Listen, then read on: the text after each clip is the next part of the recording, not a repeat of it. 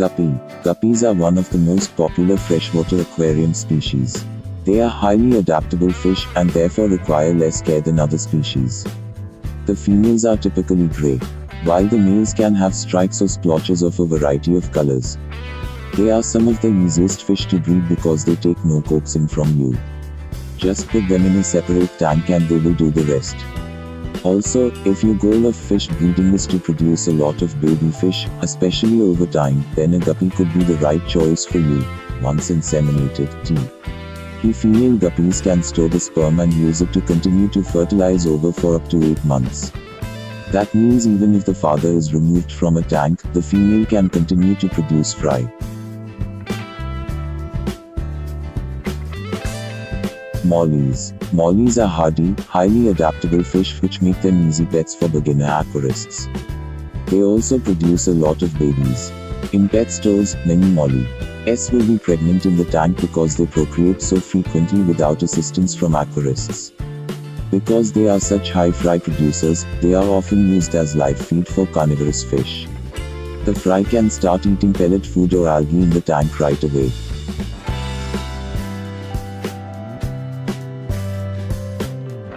Platies. Platies come in a wide variety of bright rich colors. They're hardy and non-aggressive. The babies they produce are a little smaller than those of the molly or swordtail species. So they're a bit harder to raise to maturity. They don't take much convincing to produce fry. They can often come from pet stores already pregnant.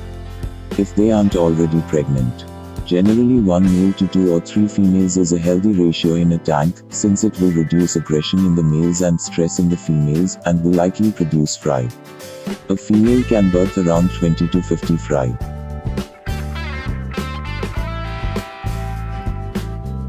Swordtails. Swordtails are actually related to platies. They come in a variety of bright colors, and the males are easily distinguishable by their sword-like tails. They're non-aggressive, so they're a great addition to a passive community tank. The females can produce babies typically once every 28 days. To keep the aggression of the males low, keep their numbers low, like the platy, a ratio of 1 male to 3 females is perfect for fish breeding.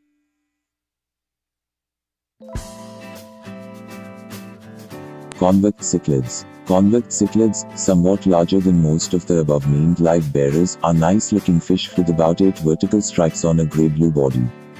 To get them to breed, all you generally need is a male and female in the same tank with adequate water supply and feeding. The wonderful thing about convicts is that they are great parents. Both the mother and father will take care of the eggs by moving their tails to give the eggs more oxygen, as well as guard them against predators.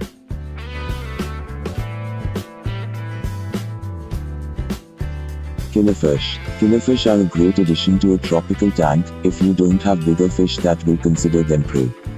They're peaceful and hardy, though they do like a heavily planted tank. They're beautiful and vibrantly colored.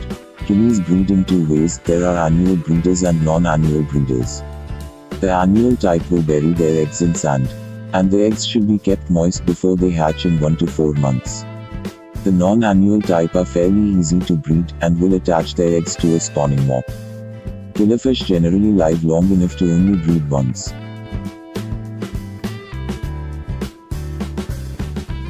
Zebra danio. Zebra danios have horizontal blue stripes on their bodies. They are generally 4 centimeters long. If you put a male and female together, they will likely breed, though they will eat their young. Breeders can use marbles so the eggs are hidden from the adults, or a breeding net. The great thing about zebra danios is the eggs hatch quite quickly, about 2 days after they are laid.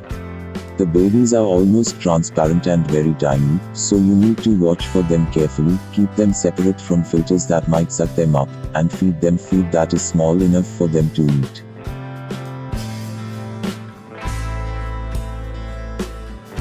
Rosy barbs. Rosy barbs are, like their name suggests, a rosy pink color. The males have some black markings in their fins. The juvenile ones are duller in color, but as they mature, and especially during breeding times, they become more vibrant. Rosy barbs grow to be about 4 inches long. They're peaceful, hardy, and well suited to community aquariums. Like the zebra danios, the eggs will hatch in only about 2 days.